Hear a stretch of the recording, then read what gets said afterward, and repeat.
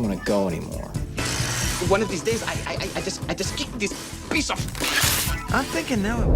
Office Space, 1999, is not merely a satirical comedy about the dullness of office culture, but also a quiet manifesto rebelling against the meaninglessness of the modern work machine. The seemingly small details that became symbols, the red swing-line stapler, the haunting TPS reports, or the furious scene of smashing the printer, turned the film into a mirror, both provoking laughter and touching the deep frustration of millions of office workers. Few know that behind those humorous fragments lies a journey full of surprises, from the character Milton inspired by real life to the sequences that appeared spontaneous but were meticulously staged, and to the way the film silently left its mark on popular culture.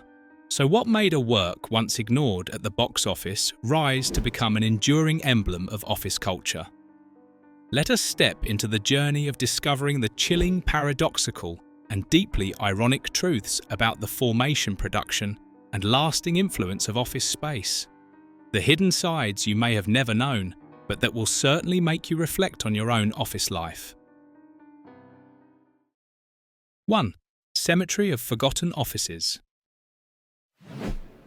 The working space in Office Space was not created through artificial studio sets. Instead, the crew went to abandoned office buildings in Dallas, places that were once bustling, but now echo only with emptiness. Mike Judge wanted every square metre on screen to radiate a realism so haunting it was unsettling. And he achieved exactly that. The torn cubicle walls, the broken chairs, the shriveled plants, and the cold fluorescent light like that of a hospital, all of it was real. Not a single detail was designed to look decayed. It had already been decayed that way. When the actors stepped inside, they hardly needed to act. The oppressive atmosphere of a neglected place automatically etched weariness and boredom onto their faces. Mike Judge once emphasized that he wanted the audience to feel the emptiness down to the bone of modern office life. And this setting conveyed it flawlessly. It was not merely a workplace. It resembled a graveyard where human aspirations were buried beneath the dust of TPS reports and meaningless meetings. Here, the setting was not a background, but an invisible character helping to tell the entire story of human deadlock in the industrial age. 2. The execution of the printer.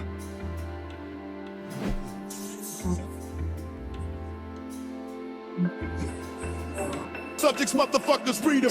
I touch on this shit that they be leaving out. The printer smashing scene in Office Space turned an unspoken dream of office workers into reality. Fierce, exhilarating, and unforgettable. Mike Judge, having once been trapped in the office world himself, knew exactly the overwhelming helplessness of dealing with outdated, stubborn printers. When it came to this scene, he told the actors only one thing: imagine this machine has ruined your entire life. And they delivered. The three main characters dragged the printer into an empty field, blasted Ghetto Boys music, and began to execute it. They punched, kicked, slammed it with baseball bats, and tore it apart piece by piece. No movie tricks, no stand-in props, no plan to reset it afterward. This was a real printer, destroyed in the most real way possible. What is surprising is that the entire scene was born out of pure improvisation, never written in the original script. That moment was not only comedic, but also became a symbol of suppressed rage, embodying the silent fury that millions of office workers across the world had long yearned to unleash. 3. Milton, the co-worker who was real. Well, I was told that I could listen to the radio at a reasonable volume from 9. I told Bill that if Sandra's going to listen to her headphones. Milton Wadhams, the mumbling figure tormented and obsessed with his red stapler, was not a random invention. Mike Judge shaped this character from a real colleague during his dreary office days. That man had a tiny murmuring voice, a hunched posture, and an odd fixation with his stapler. The image haunted Judge so deeply that he turned it into a short animated segment in 1991, broadcast on MTV's Liquid Television. But Milton did not remain just a small cartoon.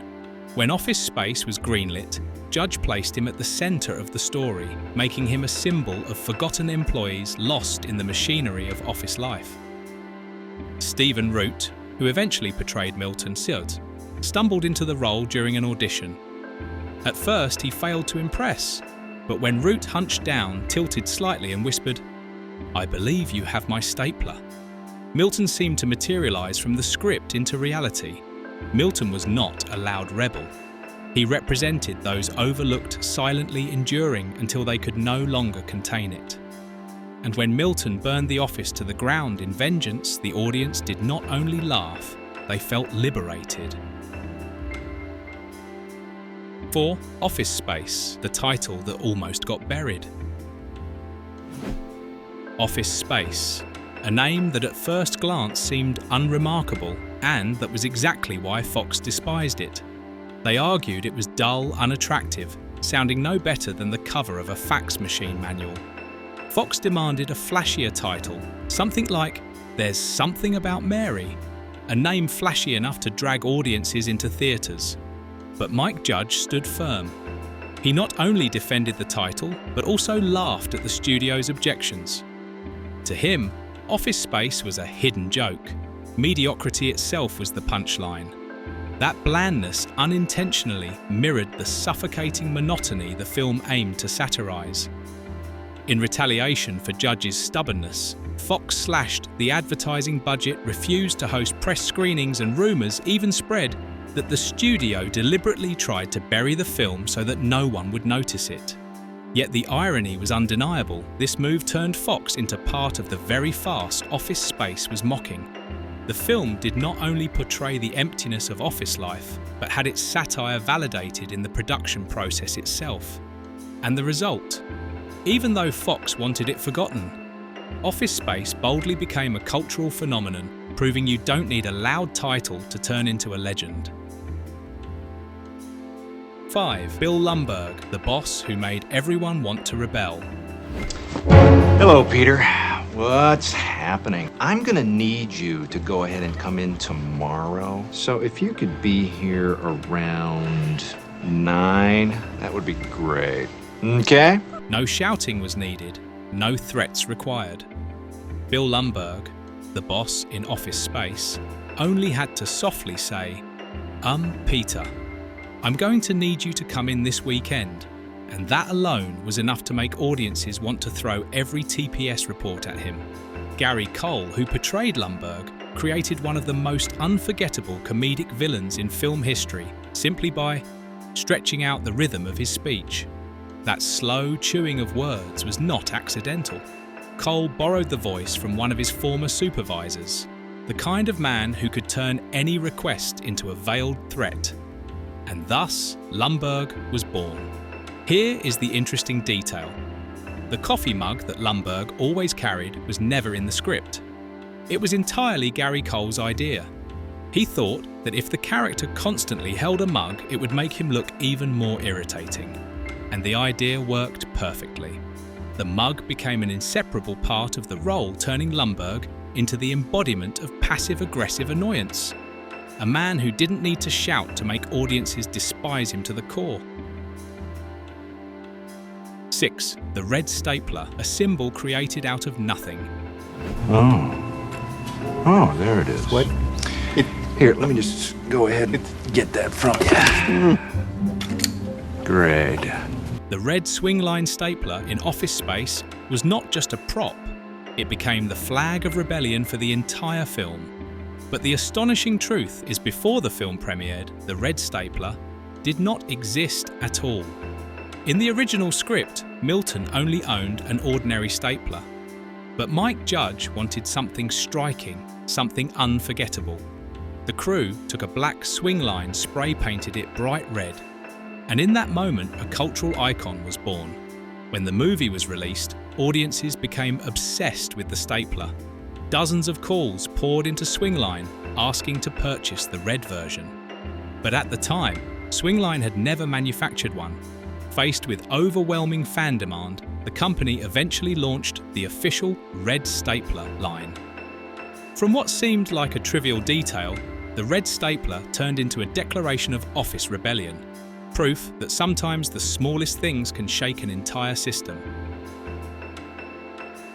7. Jennifer Aniston and the rebellion through flare badges.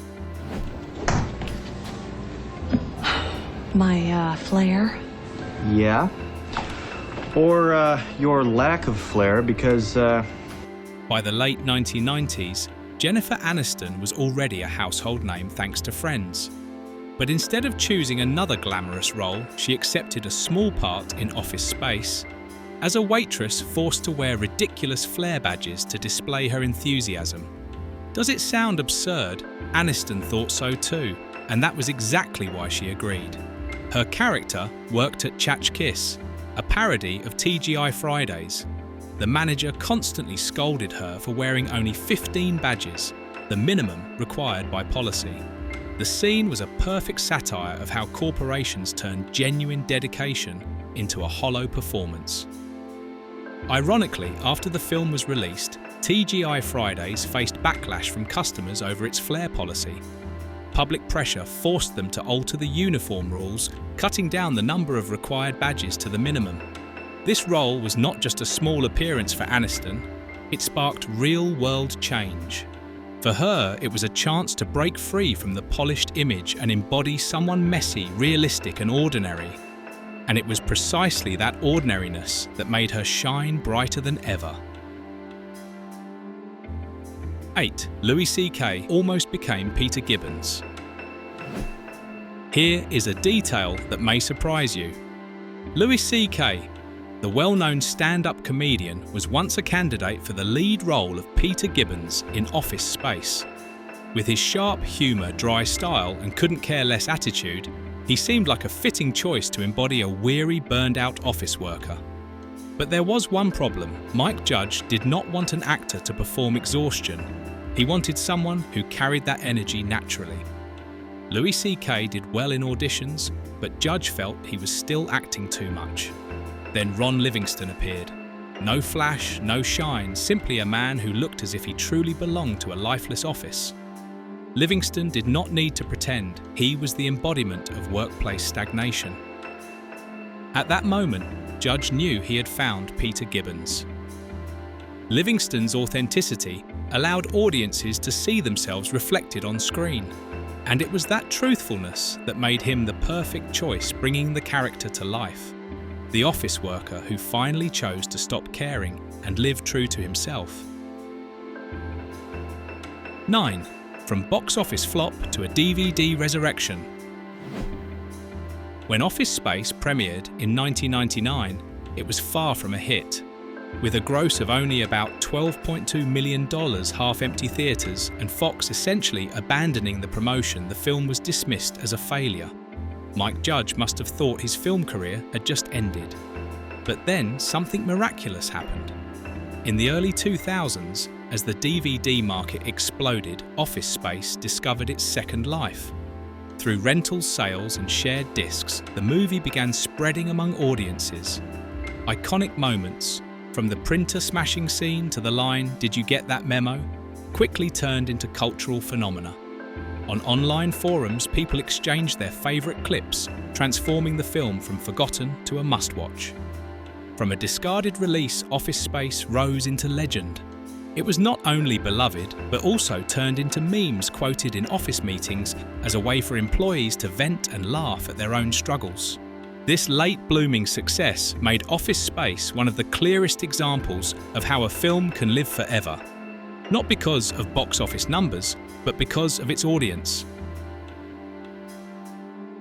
10. Bartleby, the Scrivener, a haunting origin.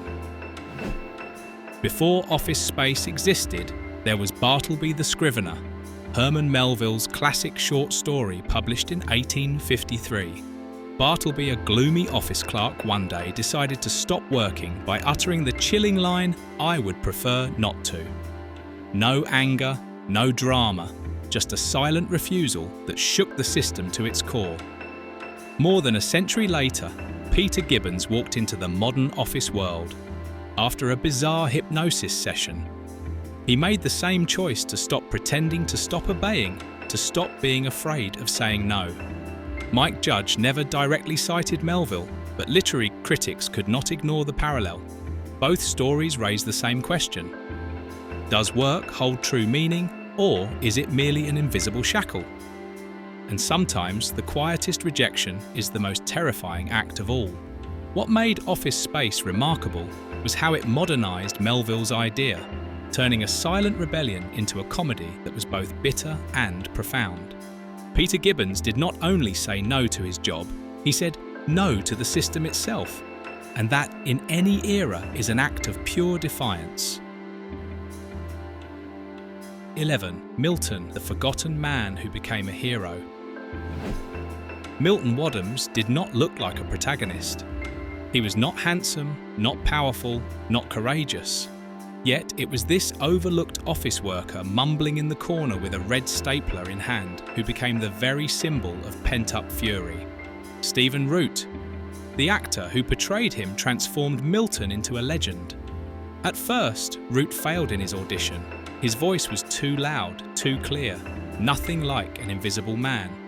But then he hunched down, lowered his head, and whispered as if speaking only to himself, "I believe you have my stapler." In that instant, a different character emerged. Milton was no longer pathetic. He was the embodiment of everyone ignored and exploited, yet secretly carrying a burning flame of revolt. And when Milton set the office ablaze in his final act of revenge, it was not merely retaliation. It was the declaration of victory for all oppressed office workers in the world. They did not need to shout nor wield swords. All it took was a red stapler and enough drive to ignite the fire of freedom. Milton was not a loser. He was the silent hero we all secretly rooted for. 12. Orlando Jones and the mysteriously erased role. Orlando Jones, one of the sharpest comedic talents of the 1990s, was once expected to add a striking note to Office Space. He was chosen to play an office worker with a sarcastic, detached tone, a role full of potential to become a comedic highlight. Yet in the final cut, Jones's presence nearly vanished altogether. Do you not remember him? That is understandable because almost all of his role was cut. In the released version, Jones appeared only in one small scene, selling magazines at Peter's apartment complex.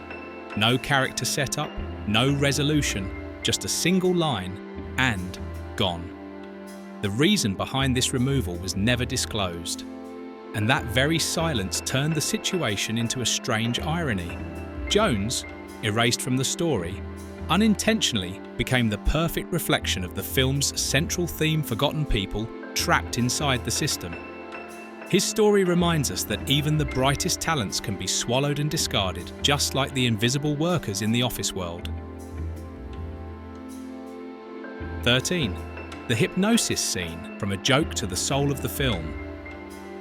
So I was sitting in my cubicle today and I realized ever since I started working, every single day of my life has been worse than... In the original draft, Peter Gibbons' hypnosis scene was written as a small gag. He would be hypnotized, daydream for a moment, then wake up and return to his dull office life. But during test screenings, something unexpected happened. The audience did not laugh as intended. Instead, they watched the scene with a strange fascination. Mike Judge quickly realized that viewers were captivated by the idea of Peter being stuck in a state of not caring after hypnosis. From there, he rewrote the entire narrative. The hypnosis scene was no longer a minor joke. It became the pivotal moment that shaped the story and the main character. Peter, once a drained office worker, suddenly turned into the figure millions of employees wished to be: someone unafraid, of the boss unconcerned about being fired and unwilling to fake enthusiasm for meaningless tasks. He did not quit his job. He simply stopped caring. And paradoxically, that was the most radical rebellion of all. The hypnosis scene transformed Office Space into a unique manifesto, a call to abandon pretense and to live true to oneself. 14. TPS reports ridiculous because they were too real.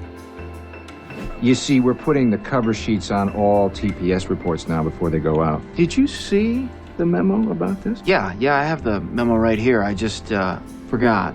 If you have ever worked in an office, you surely experienced this, a trivial, meaningless task, repeated endlessly, as if it were the most important mission in the world. In Office Space, the TPS report was the perfect embodiment of that absurdity. Mike Judge did not invent it. TPS reports came directly from his own life as an engineer in Silicon Valley. The endless memos, the useless cover sheets, and the passive-aggressive reminders from bosses became the inspiration he carried into the film. The line, "Did you get that memo?" quickly turned into a familiar nightmare for anyone who had ever sat beneath fluorescent lights. It exposed the reality that office work was not always about efficiency or creativity, but often about building meaningless procedures to keep everyone busy. TPS reports were not just a gag. They became a symbol of the soul-deadening nature of office culture. That is why audiences laughed and shivered at the same time, because they recognized themselves in it. 15. TGI.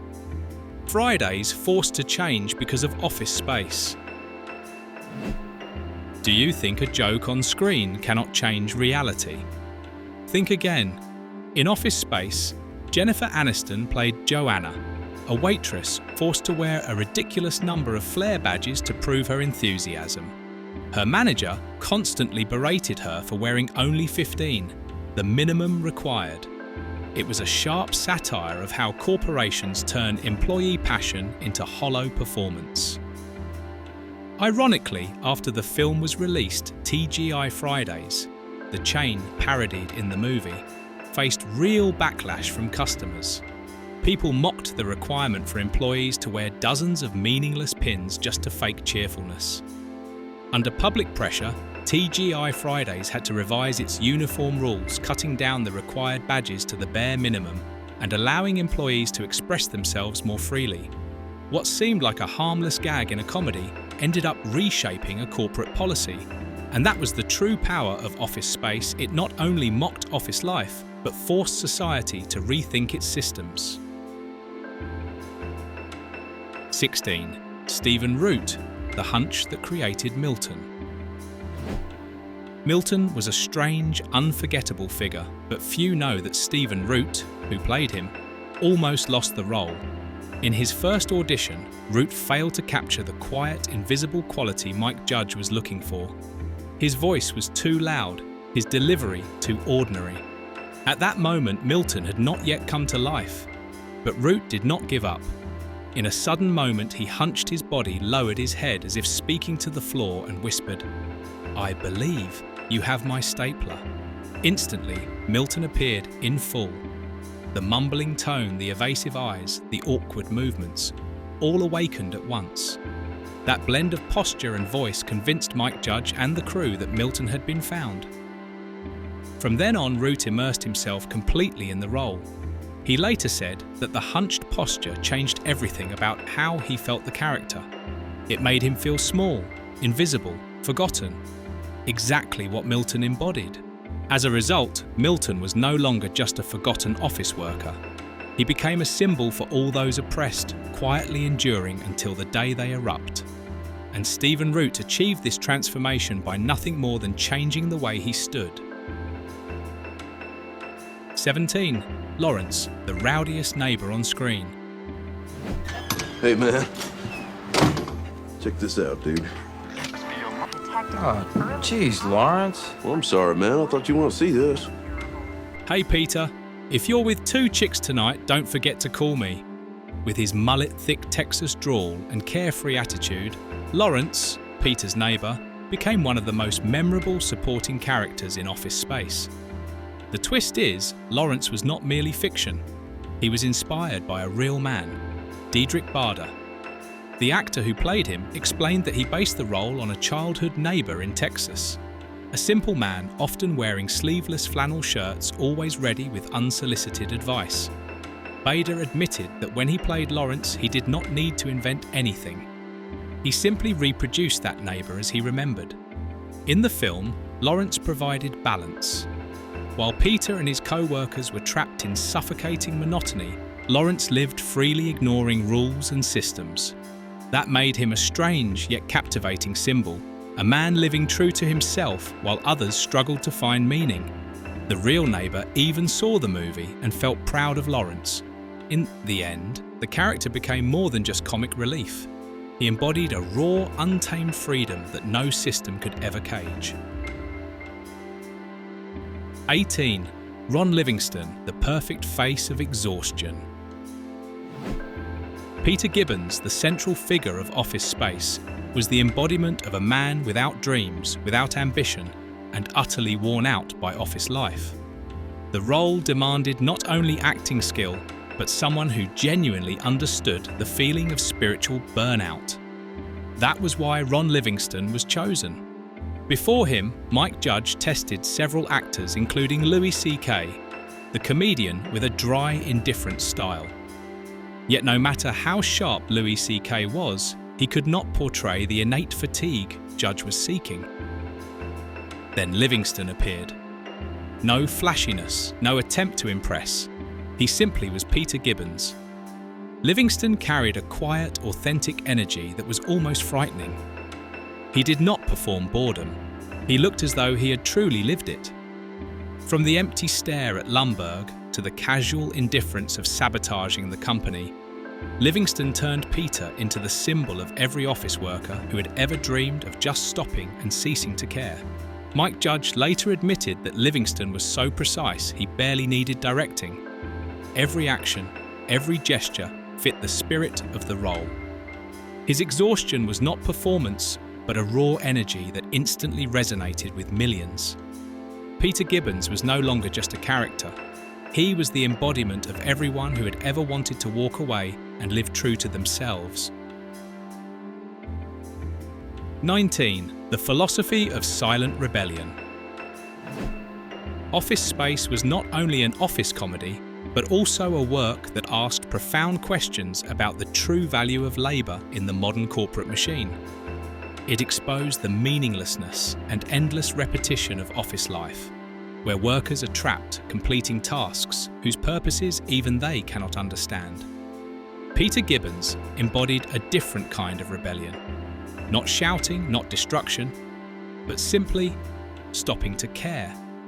That seemingly small choice was revolutionary. It challenged the values corporations imposed: productivity, dedication, unconditional responsibility. Through Peter, the film asked the biting question: does working harder really bring happiness? Peter's refusals, from ignoring TPS reports to breaking every office rule, were not acts of sabotage, but acts of liberation. They voiced the silent cry of countless workers crushed by the system, those who dreamed of leaving their desks to reclaim meaning in life. This quiet rebellion was the reason Office Space has retained its power across decades. 20. The enduring legacy of Office Space. Although it failed at the box office in 1999, Office Space found a second life and gradually became a cultural phenomenon. The film was not only beloved, but left behind a legacy that has lasted for decades. From small details like Milton's red stapler, to humorous memes such as the line, "Did you get that memo?" The red stapler, originally nothing more than a spray-painted prop, has since become a symbol of silent resistance against the office machine. Its unexpected popularity forced Swingline to release an official red version for fans. Meanwhile, the iconic printer smashing scene became the ultimate act of catharsis for anyone who had ever felt trapped by technology and work. On the internet, Office Space continues to live through memes, video clips, and lines quoted in everyday conversations. It is not merely a comedy, but a manifesto for those who feel imprisoned in the grind of modern labour. Across generations, Office Space has retained its power. It makes audiences laugh while also asking, does work truly bring meaning? Where does our value lie, and how do we define success? That is why Office Space is no longer just a movie. It has become a timeless cultural icon. And with that, you have reached the end of the 20 insane truths behind Office Space. If you enjoyed this content, don't forget to hit like, subscribe and turn on the notification bell so you won't miss the next unusual behind-the-scenes stories.